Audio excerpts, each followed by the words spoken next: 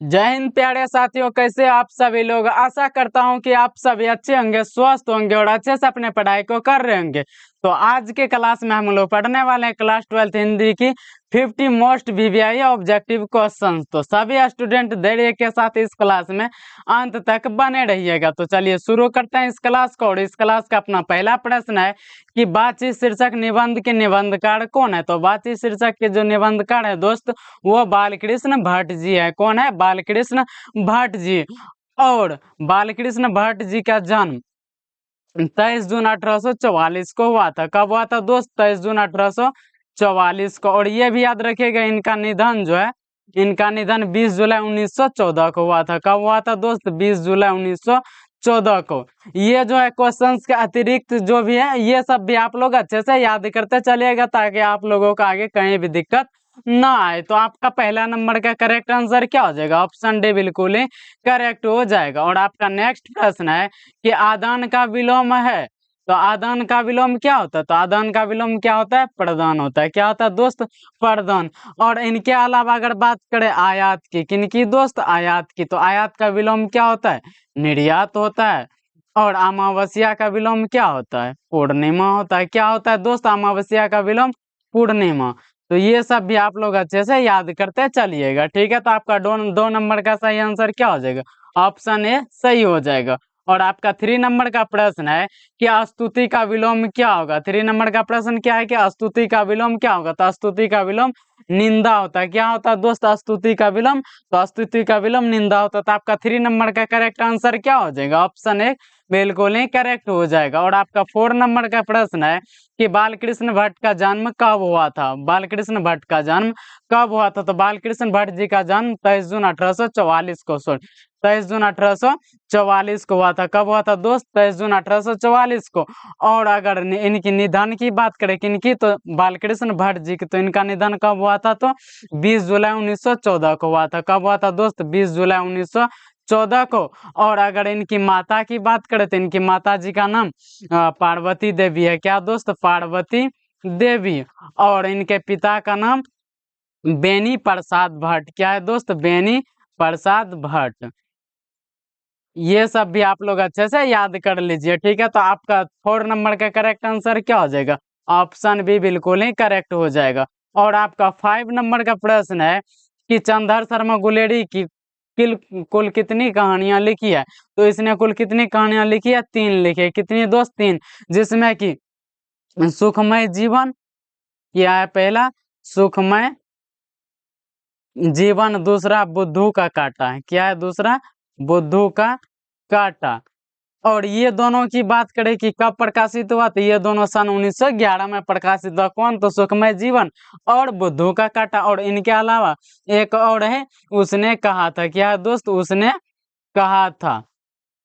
उसने कहा था जो कहानी इनकी कब प्रकाशित हुई? सन 1915 में। तो ये सब भी आप लोग अच्छे से याद करते चलिएगा। तो आपका 5 नंबर का करेक्ट आंसर क्या हो जाएगा? ऑप्शन से बिल्कुल ही करेक्ट हो जाएगा। और आपका 6 नंबर का प्रश्न है, वो भी बहुत ही बेहतरीन प्रश्न है कि घ का उच्चारण स्थान क्या है। तो घ का उच्चारण स्थान कहाँ होता है दोस्त? कंठ होता है। कहाँ होता है? कंठ। यानी आपका कंठ, कंठ से जो उच्चारण होता है, किस किस ध्वनि का उच्चारण होता है, तो वो आपका क्या क्या होता है? तो इनके अंतर्गत होता है क वर्ग। क्या होता है दोस्त? क वर्ग। क वर्ग मतलब सर नहीं समझे, क वर्ग का मतलब क्या होता है? तो सुन लो। क वर्ग का मतलब होता है क वाला जो पहाड़ा, इनमें जितना भी अक्षर आता है, यानी क हो गया, ख, ग, घ और अंग, ये सब का उच्चारण अगर आप लोगों से पूछे तो क्या बताना है? कंठ बताना है। क्या बताना दोस्त? कंठ। इनके अलावा और भी आता है विसर्ग और हो। इनके बाद ओ और आ। ये अगर ये चारों का भी पूछे तो उच्चारण स्थान, तो क्या बताना आप लोगों को? कंठ बताना। क्या बताना दोस्त? कंठ। ये अच्छे से याद कर लीजिएगा, ठीक है। तो आपका 6 नंबर का करेक्ट आंसर क्या हो जाएगा? ऑप्शन सी बिल्कुल ही करेक्ट हो जाएगा। और आपका नेक्स्ट प्रश्न है कि निम्नलिखित में से किसका उच्चारण कंठ से होता है। अभी आप लोगों को हमने जस्ट बताया क वर्ग के अंतर्गत कौन सा आता है? खो आता। तो ये इनका उच्चारण कहाँ हो जाएगा? कंठ से हो जाएगा। तो आपका 7 नंबर का करेक्ट आंसर क्या हो जाएगा? ऑप्शन डी बिल्कुल ही करेक्ट हो जाएगा। और आपका 8 नंबर का प्रश्न है कि निम्न में से शुद्ध शब्द कौन है? शुद्ध शब्द बताना है। ईमानदार, ईमानदार, परीक्षा, ईमानदार, परीक्षा, प्रणाम या फिर शक्ति। तो इनमें से करेक्ट जो है वो आपका शक्ति है। क्या दोस्त? शक्ति। तो फिर ईमानदार को सही से क्या लिख जाए? ईमानदार में हर सही लगल है, जबकि ईमानदार में दीर्घई होता है। क्या होता है दोस्त? दीर्घई। और परीक्षा में हर सही है लगल रो में, तो इनमें दीर्घई होता है शुद्ध में। ठीक है। प्रणाम में दंत नो है, तो इनमें क्या आता है? मूर्धन्त नो आता है। तो इस तरह से आप इनको करेक्ट लिख सकते हैं और याद भी रख सकते हैं, ताकि आप लोग आगे दिक्कत ना आए। तो आपका 8 नंबर का करेक्ट आंसर क्या हो जाएगा? ऑप्शन डी बिल्कुल ही करेक्ट हो जाएगा। और आपका 9 नंबर का प्रश्न है कि पुस्तक शब्द कौन सी संज्ञा, पुस्तक जो होता है वो कौन सी संज्ञा? तो वो जातिवाचक हो जाएगा, क्योंकि पुस्तक अनेकों होता है। ठीक है। तो ये कौन सा संज्ञा हो जाएगा? तो आपका ये जातिवाचक संज्ञा हो जाएगा, यानी आपका 9 नंबर का करेक्ट आंसर ऑप्शन ए हो जाएगा। और आपका 10 नंबर का प्रश्न है कि दक्षिण शब्द कौन सी संज्ञा? 10 नंबर का प्रश्न है कि दक्षिण जो है यह कौन सी संज्ञा? अगर आप लोगों से सिर्फ पूछ लिया जाए कि दिशा कौन सी संज्ञा है, तो दिशा बताना आप लोगों को जातिवाचक। कौन सा दोस्त? जातिवाचक। कौन सा? जातिवाचक। लेकिन दिशा टोटल कितना होता है? 4 होता है, जिसमें कि पूरब, पश्चिम, पूरब, पश्चिम, उत्तर और दक्षिण। अगर इन चारों में से आप लोगों से कोई भी एक पूछ लिया जाए, या पूरब, पश्चिम, उत्तर, दक्षिण, इनमें से कोई एक की कौन सी संज्ञा, तो आप लोगों को क्या बताना है? कि व्यक्तिवाचक संज्ञा बताना। पूरब कितना है? पूरब केवल और केवल एक ही है। पश्चिम कितना है? केवल और केवल एक। उत्तर भी एक। और दक्षिण में सिर्फ और सिर्फ एक ही है। तो आप लोगों को क्या बताना है? व्यक्तिवाचक संज्ञा बताना है। जो विश्व या दुनिया भर में केवल और केवल एक हो, या जिससे केवल और केवल एक ही व्यक्ति या वस्तु या किसी भी चीज का बोध हो, उनको कौन सा संज्ञा कहते हैं? व्यक्तिवाचक संज्ञा कहते। तो दक्षिण कितना है टोटल? सिर्फ और सिर्फ एक है। तो इसलिए हम क्या कह सकते हैं? दक्षिण को व्यक्तिवाचक संज्ञा कह सकते हैं। तो ठीक है, आपका 10 नंबर का करेक्ट आंसर क्या हो जाएगा? ऑप्शन बी सही हो जाएगा। और आपका 11 नंबर का क्वेश्चन है कि मुसीबत कौन सा लिंग है? 11 नंबर का क्वेश्चन क्या है दोस्त? कि मुसीबत कौन सा लिंग है? तो मुसीबत आप लोग अच्छे से याद कर लीजिए, वो स्त्रीलिंग होता है। क्या होता है? स्त्रीलिंग। यानी आप लोग बहुत के मुंह से सुने होंगे कि मुसीबत में मेरा कोई काम नहीं आई। क्या? मुसीबत में कुछ भी काम नहीं है। तो ये क्या हो जाएगा? आपका स्त्रीलिंग हो जाएगा। तो आपका 11 नंबर का करेक्ट आंसर क्या हो जाएगा? ऑप्शन है बिल्कुल ही करेक्ट हो जाएगा। और आपका 12 नंबर का प्रश्न है कि समाज शब्द, ये जो है आपका समाज शब्द कौन सा लिंग है? तो समाज शब्द कौन सा लिंग है दोस्त? ये एक पुल्लिंग लिंग है। कौन सा? पुल्लिंग। तो आपका 12 नंबर का करेक्ट आंसर क्या हो जाएगा? ऑप्शन बी बिल्कुल ही करेक्ट हो जाएगा। और आपका 13 नंबर का प्रश्न है कि हिंदी भाषा में वचन के कितने प्रकार होते? तो वचन हिंदी में कितने होते? केवल और केवल 2 होते। कितने होते? 2। और अगर संस्कृत में बात किया जाए, तो संस्कृत में आप लोग अच्छे से याद कर लीजिए कि 3 होते। कितने होते दोस्त? 3 होते हैं। तो लेकिन हिंदी में सिर्फ और सिर्फ 2 होते। तो आपका 13 नंबर का करेक्ट आंसर क्या हो जाएगा? ऑप्शन बी बिल्कुल ही करेक्ट हो जाएगा। और आपका नेक्स्ट प्रश्न है कि कारक के कितने भेद होते? तो ये बच्चा को भी याद होगा कि कारक कितने भेद होते, तो वो 8 भेद होते हैं। कितने होते हैं दोस्त? 8। यानी आपका 14 नंबर का करेक्ट आंसर क्या हो जाएगा? ऑप्शन बी बिल्कुल ही करेक्ट हो जाएगा। और आपका 15 नंबर का क्वेश्चन है कि वह जाएगा। क्या है प्रश्न? वह जाएगा किस काल का उदाहरण? तो वह जाएगा गया नहीं है, जा नहीं रहा है, जाएगा। कब जाएगा? भविष्य में ही तो जाएगा। तो आपका क्या हो जाएगा करेक्ट आंसर? ऑप्शन डी, यानी भविष्यत काल हो जाएगा। क्या हो जाएगा दोस्त? भविष्यत काल। तो आपका 15 नंबर का करेक्ट आंसर क्या हो जाएगा? ऑप्शन डी करेक्ट हो जाएगा। और आपका 16 नंबर का प्रश्न है कि उसने कहा था कहानी के लेखक कौन है? तो उसने कहा था कहानी के जो लेखक वह चंद्र शर्मा गुलेरी जी है। कौन है दोस्त? चंद्र शर्मा गुलेरी जी। और उसने कहा था यह कब प्रकाशित हुआ? तो सन 1915 में। ये भी अच्छे से याद रखिएगा, यह कब प्रकाशित हुआ? उसने कहा था सन 1915 में। और अगर चंद्र शर्मा गुलेरी जी, ये उसने कहा था कहानी के अलावा इनकी कहानी की बात करें तो इनकी अलग कहानी और सब क्या है? एक तो है सुखमय जीवन, और दूसरा है आपका बुद्धू का कांटा। क्या है? बुद्धू का कांटा। और ये दोनों अगर आप लोगों से पूछ लिया जाए कि कब प्रकाशित हुआ, तो ये दोनों सन 1911 में, और उसने कहा था 1915 में, जो कि आप लोगों को अभी तुरंत बता चुके हैं। तो ये तीनों आप लोग अच्छे से याद कर लीजिए। और ये तीनों किनकी रचना है, तो चंद्र शर्मा गुलेरी जी का रचना है। तो आपका 16 नंबर का करेक्ट आंसर ऑप्शन ए हो जाएगा। और आपका नेक्स्ट प्रश्न है कि आलस का विशेषण क्या होता है। तो आलस का विशेषण क्या होगा, आलसी होगा। क्या होगा दोस्त, आलसी। तो आपका 17 नंबर का करेक्ट आंसर ऑप्शन सी हो जाएगा। और आपका नेक्स्ट प्रश्न है कि जाति का विशेषण क्या होता है। जाति का विशेषण है तो जातीय हो जाएगा। यानी आपका 18 नंबर का करेक्ट आंसर क्या हो जाएगा, ऑप्शन बी बिल्कुल ही करेक्ट हो जाएगा। और आपका 19 नंबर का प्रश्न है कि समाज का विशेषण, समाज का विशेषण क्या होता है, सामाजिक होता है। यानी आपका 19 नंबर का करेक्ट आंसर भी ऑप्शन बी हो जाएगा। और आपका 20 नंबर का प्रश्न है कि निम्नलिखित में से कौन सी रचना, निम्नलिखित में से कौन सी रचना रघुवीर सहाय की है। तो कौन सी रचना है दोस्तों, वो आपका हो जाएगा अधिनायक। अधिनायक के जो रचनाकार वो रघुवीर सहाय जी है। कौन है दोस्त, रघुवीर सहाय। अगर रघुवीर सहाय जी की जन्म की बात करें तो इनकी जन्म हुआ था 9 दिसंबर 1929 को हुआ था। कब हुआ था दोस्त, 9 दिसंबर 1929 को।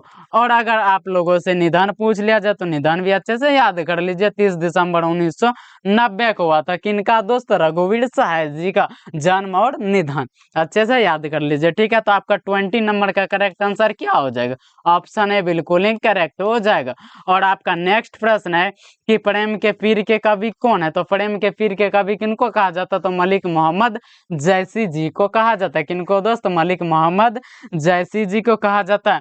और कवियों का कवि जो है वो आपका शमशेर बहादुर सिंह जी को कहा जाता है। कवियों का कवि किनको कहा जाता है दोस्त, शमशेर बहादुर सिंह जी को। तो ये भी आप लोग अच्छे से याद कर लीजिए। तो आपका 21 नंबर का करेक्ट आंसर क्या हो जाएगा, ऑप्शन ए बिल्कुल ही करेक्ट हो जाएगा। और आपका नेक्स्ट प्रश्न है कि अतिरिक्त शब्द में उपसर्ग है।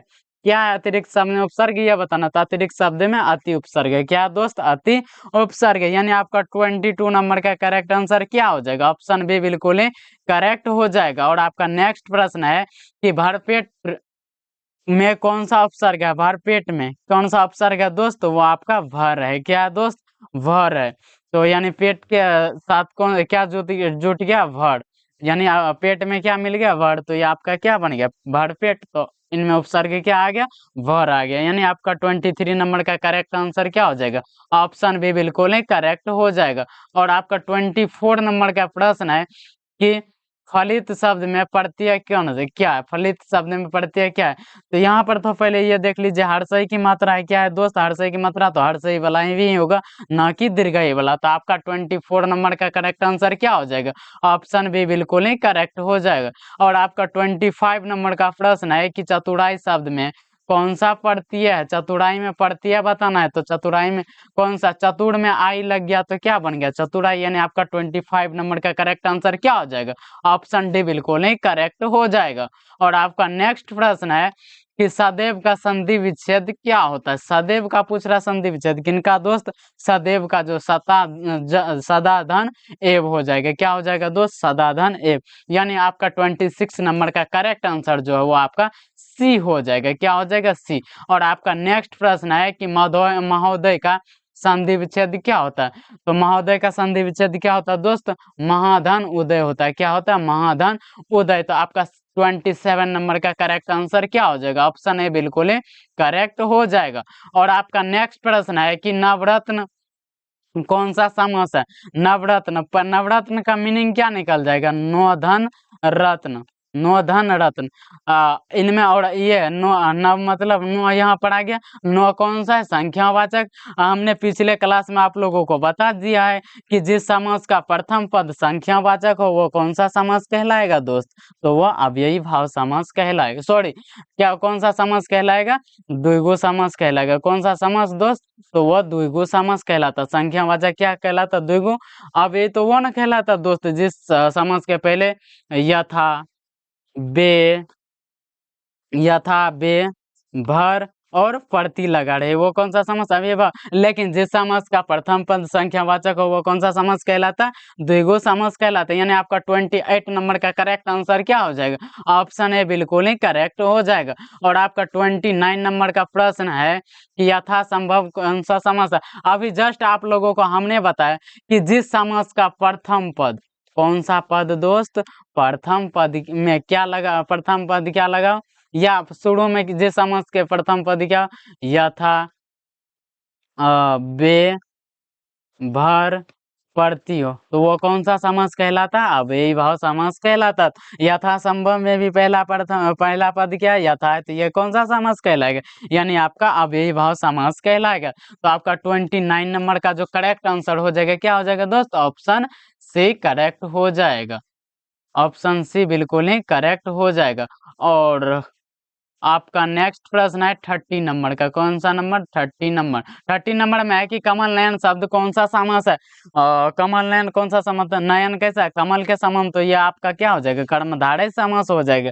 ये उपमा बता रहा है ना, क्या दोस्त बता रहा है, उपमा, तो ये कौन सा समास हो जाएगा, आपका कर्मधारय समास हो जाएगा। यानी आपका 30 नंबर का करेक्ट आंसर क्या हो जाएगा, ऑप्शन ए बिल्कुल ही करेक्ट हो जाएगा।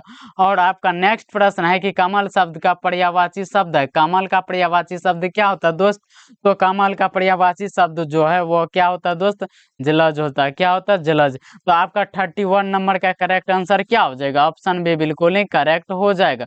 और आपका नेक्स्ट प्रश्न है कि अग्नि शब्द का पर्यायवाची क्या होता है, यानी अग्नि का पर्यायवाची शब्द क्या होता है, अग्नि का क्या होता है, पावक होता है। क्या होता है दोस्त, पावक। यानी आपका 32 नंबर का करेक्ट आंसर क्या हो जाएगा, ऑप्शन डी बिल्कुल ही करेक्ट हो जाएगा। और आपका नेक्स्ट प्रश्न है कि सज्जन का विलोम क्या होता है, सज्जन का विलोम क्या होता है साथी, क्या होता है सज्जन का, किनका पूछ रहा है, सज्जन का, तो विलोम आपका दुर्जन हो जाएगा। क्या हो जाएगा, दुर्जन। क्या हो जाएगा दोस्त, दुर्जन। यानी आपका 33 नंबर का करेक्ट आंसर क्या हो जाएगा, ऑप्शन बी बिल्कुल ही करेक्ट हो जाएगा। और आपका 34 नंबर का प्रश्न है कि दिनकर जी को किस रचना पर साहित्य अकादमी पुरस्कार, साहित्य अकादमी पुरस्कार जो मिला था वो किस रचना पर मिला था ये बताना। तो ये किस रचना पर मिला दोस्त, संस्कृत के 4 अध्याय पर, किनको, दिनकर जी को। और अगर बात करें उर्वशी पर, किनकी दोस्त, उर्वशी पर, उर्वशी पर जो मिला था दिनकर जी को भारतीय ज्ञानपीठ पुरस्कार मिला था। कौन सा पुरस्कार, भारतीय ज्ञानपीठ पुरस्कार मिला था, किनको दोस्त, ये आपका दिनकर जी का, कौन, रामधारी सिंह दिनकर जी का। और अन्य पुरस्कार भी मिला था इनको, पद्म भूषण। कौन सा पुरस्कार दोस्त, पद्म भूषण। ये भी आप लोग अच्छे से याद कर लीजिए, ठीक है। साहित्य अकादमी पुरस्कार संस्कृत के 4 अध्याय पर, भारतीय ज्ञानपीठ पुरस्कार उर्वशी पर, और एक पुरस्कार मिला था आपका पद्म भूषण, ठीक है। ये सब भी आप लोग अच्छे से याद करते चलिएगा। तो आपका 34 नंबर का करेक्ट आंसर क्या हो जाएगा, ऑप्शन ए बिल्कुल ही करेक्ट हो जाएगा। और आपका 35 नंबर का प्रश्न है कि पुरस्कार शब्द का विलोम है, पुरस्कार का विलोम क्या होता है, तो दंड होता है। क्या होता है दोस्त, दंड होता है। अगर आप लोग उससे पूछ लिया जाए कि पारिश्रमिक का विलोम क्या होता है, तो आलसी होता है। क्या होता है दोस्त, पारिश्रमिक का विलोम आलसी। ये भी आप लोग अच्छे से याद कर लीजिएगा। और सम्मान की बात करें तो सम्मान का विलोम अपमान हो जाएगा, और अपमान का विलोम जस्ट आपका सम्मान हो जाएगा। क्या हो जाएगा दोस्त, सम्मान। आई होप कि आप लोगों को यह प्रश्न बहुत ही अच्छे से समझ में आ चुका है। तो आपका 35 नंबर का करेक्ट आंसर क्या हो जाएगा, ऑप्शन ए बिल्कुल ही करेक्ट हो जाएगा। और आपका नेक्स्ट प्रश्न है कि ईमानदार शब्द का विलोम क्या है। ईमानदार का पूछ रहा है तो शरीफ होना चाहिए। क्या होना चाहिए दोस्त, शरीफ लेकिन शरीफ भी होगा, शरीफ तो नहीं होगा, सॉरी। ईमानदार तो इन्हीं का क्या हो जाएगा, पर्यायवाची शब्द हो सकता है। ईमानदार का विलोम पूछ लिया जाए तो बेईमान होगा। क्या होगा दोस्त, बेईमान हो जाएगा। किनका, ईमानदार का, किनका, ईमानदार का। और अगर वह शरीफ की बात करें, किनकी दोस्त, शरीफ की, तो शरीफ का विलोम क्या हो जाएगा, बेईमान हो जाएगा। क्या हो जाएगा, बेईमान हो सकता है, या फिर नीच कह सकते, क्या कह सकते, नीच, बेईमान या नीच, ठीक। और अगर आप लोगों से दुर्जन का पूछ लिया जाए कि किनका दोस्त, यहाँ पर तो है, ये तो है लिखल, किनका, दुर्जन का, किनका, तो दुर्जन का आप लोग अच्छे से याद रखिएगा, सज्जन होता है। क्या होता है दोस्त, सज्जन होता है। आई होप यह भी प्रश्न आप लोगों को बहुत ही अच्छे से याद हो गया होगा। तो आपका 36 नंबर का करेक्ट आंसर क्या हो जाएगा, ऑप्शन बी बिल्कुल ही करेक्ट हो जाएगा। तो आपका नेक्स्ट प्रश्न है कि तीव्र बुद्धि वाला कहलाता है। क्या प्रश्न, तीव्र बुद्धि वाला क्या कहलाता है? तीव्र बुद्धि वाला कुशाग्र कहलाता है। क्या दोस्त, कुशाग्र कहलाता है। क्या कहलाता है? कुशाग्र। यानी आपका 37 नंबर का करेक्ट आंसर आपका बी हो जाएगा। क्या हो जाएगा? बी हो जाएगा। और आपका नेक्स्ट प्रश्न है कि जो मापने में समर्थ हो, यानी सीधा सीधा कह सकते हैं कि मापने वाले यंत्र को क्या कहा जाता है? मापदंड बोला जाता है। क्या बोला जाता है दोस्त? मापदंड। यानी आपका 38 नंबर का करेक्ट आंसर क्या हो जाएगा? ऑप्शन से बिल्कुल ही करेक्ट हो जाएगा। और आपका नेक्स्ट प्रश्न है कि बातचीत के माध्यम से, किनके माध्यम से? बातचीत के माध्यम। बालकृष्ण भट्ट क्या बतलाना चाहते? तो वो बतलाना चाहते थे बातचीत की शैली को। किनको बतलाना चाहते? बातचीत की। यानी आपका 39 नंबर का करेक्ट आंसर जो हो जाएगा ऑप्शन ए हो जाएगा। और आपका 40 नंबर का प्रश्न है, सॉरी नीचा कर लेता, अब सही से दिखाई देता होगा सभी स्टूडेंट को। Yes sir. तो आपका 40 नंबर का करेक्ट आंसर, सॉरी, प्रश्न क्या? जयप्रकाश नारायण को भारत रत्न की उपाधि कब दी गई? तो ये आपका 1998 में दी गई थी। कब दी गई थी दोस्त? 1998 में। कब? 1998 में। और 1965 में, सॉरी, हाँ ठीक, 1965 में ये भी बात कर लेते हैं। 1965 में जो है आपको मैग्सेस सम्मान दिया गया था। क्या दिया गया था दोस्त? मैग्सेस सम्मान। वो भी किनके लिए? समाज सेवा के लिए। किनके लिए दोस्त? समाज सेवा के लिए। ये भी आप लोगों के बोर्ड एग्जाम में कई बार पूछ चुके हैं, तो इसलिए आप लोग इनको भी बहुत ही अच्छे से याद कर लीजिए। ठीक है, तो आपका 40 नंबर का करेक्ट आंसर क्या हो जाएगा? ऑप्शन डी बिल्कुल ही करेक्ट हो जाएगा। और आपका नेक्स्ट प्रश्न है कि अर्धनारीश्वर किस विद्या से संबंध है? अर्धनारीश्वर जो वो किस विद्या से संबंध है? यह निबंध से। अर्धनारीश्वर क्या दोस्त? निबंध है। क्या है? निबंध है। और एवं के रचनाकार कौन है? तो आपका रामधारी सिंह दिनकर जी है। कौन है दोस्त? रामधारी सिंह दिनकर जी। और अगर इनकी जन्म की बात करें, रामधारी सिंह दिनकर जी की जन्म कब हुआ था? 23 सितंबर 1908 को। कब हुआ था दोस्त? 23 सितंबर 1908 को। और निधन 24 अप्रैल 1974 को। कब हुआ था निधन? 24 अप्रैल 1974 को। ये भी आप लोग अच्छे से याद करते चलिएगा। तो आपका 41 नंबर का करेक्ट आंसर ऑप्शन ए हो जाएगा। और आपका नेक्स्ट प्रश्न है कि मालती के पति का क्या नाम था? तो मालती के पति का जो नाम था, उनका नाम था महेश्वर। क्या नाम था दोस्त? महेश्वर। आपका 42 नंबर का करेक्ट आंसर क्या हो जाएगा? ऑप्शन बी बिल्कुल ही करेक्ट हो जाएगा। और आपका 43 नंबर का प्रश्न है कि पंजाब की भाषा तथा लिपि की समस्या जो है यह किस लेखक की रचना है? तो वो भगत सिंह जी की रचना। किनकी दोस्त? भगत सिंह जी की। तो और इनके अलावा अगर बात करें कि भगत सिंह की माता का क्या नाम था, किनकी? तो माता का तो विद्यावती। क्या था दोस्त? विद्यावती। और पिता की बात करें तो सरदार किशन सिंह। क्या था इनके पिता का नाम? सरदार किशन सिंह। और अगर इनकी जन्म की बात करें किनकी, तो इनकी भगत सिंह जी की, तो इनका 28 सितंबर 1907 को हुआ था। कब दोस्त? 28 सितंबर 1907 को। और अगर इनकी निधन की बात करें, इनकी निधन भी अच्छे से याद कर लीजिए, 23 मार्च 1931 को। कब हुआ था दोस्त? 23 मार्च 1931 को। ये सब भी आप लोग अच्छे से याद करते चलिएगा। तो आपका पहले 43 नंबर का करेक्ट आंसर क्या हो जाएगा? ऑप्शन ए बिल्कुल ही करेक्ट हो जाएगा। और आपका नेक्स्ट प्रश्न है कि बहुजन संप्रेषण के माध्यम पुस्तक किसने लिखी है? तो यह किसने लिखी है दोस्त? ये आपका किसने लिखी है? तो जगदीश चंद्र माथुर जी लिखे। कौन? जगदीश चंद्र माथुर। तो ये इनकी रचना कौन सी है? ओ सदा नीरा। कौन सी है दोस्त? ओ सदा नीरा। किनकी है? जगदीश चंद्र माथुर जी की। और इनकी भी अगर जन्म पूछ लिया जाए, किनकी? जगदीश चंद्र माथुर जी की। ये भी अच्छे से याद कर लीजिए, 16 जुलाई 1917 को। कब दोस्त? 16 जुलाई 1917 को। और इनकी निधन की बात करें 14 मई 1978 को। कब दोस्त? 14 मई 1978 को। ये सब भी आप लोग अच्छे से याद करते चलेगा। तो आपका 44 नंबर का करेक्ट आंसर ऑप्शन बी हो जाएगा। और आपका 45 नंबर का प्रश्न है कि मुन्नी और मनक की माँ का क्या नाम था? तो मुन्नी और मनक की माँ का जो नाम था वो बिस्नी था। क्या था दोस्त? बिस्नी। यानी आपका 45 नंबर का करेक्ट आंसर क्या हो जाएगा? ऑप्शन सी बिल्कुल ही करेक्ट हो जाएगा। और आपका 46 नंबर का प्रश्न है कि निम्नलिखित में कौन प्रलय की छाया का कवि है? तो वो आपका जयशंकर प्रसाद जी है। कौन है दोस्त? जयशंकर प्रसाद जी। यानी आपका 46 नंबर का करेक्ट आंसर ऑप्शन सी हो जाएगा। और आपका 47 नंबर का प्रश्न है कि कविता के नए प्रतिमान के लेखक कौन है, किनके, तो कविता के नए प्रतिमान के जो लेखक वो आपका नामवर सिंह जी है। कौन है दोस्त, नामवर सिंह जी, यानी आपका 47 नंबर का करेक्ट आंसर ऑप्शन डी हो जाएगा। और आपका नेक्स्ट प्रश्न है कि जूटन क्या है, तो जूटन क्या है दोस्त, वो है कि आपका आत्मकथा है। क्या दोस्त, जूटन आत्मकथा। और इनके कवि कौन है, तो वो आपका ओम प्रकाश। कौन है दोस्त, ओम प्रकाश वाल्मीकि जी है। कौन है दोस्त, ओम प्रकाश वाल्मीकि जी, ये है। आप लोग अच्छे से याद करते चलेगा तो आपका 48 नंबर का जो करेक्ट आंसर हो जाएगा ऑप्शन डी हो जाएगा। और आपका 49 नंबर का प्रश्न है कि मलयज जी का जन्म कब हुआ था, तो मलयज जी का जो जन्म हुआ था वो 1935 में हुआ था। कब हुआ था दोस्त, 1935 में।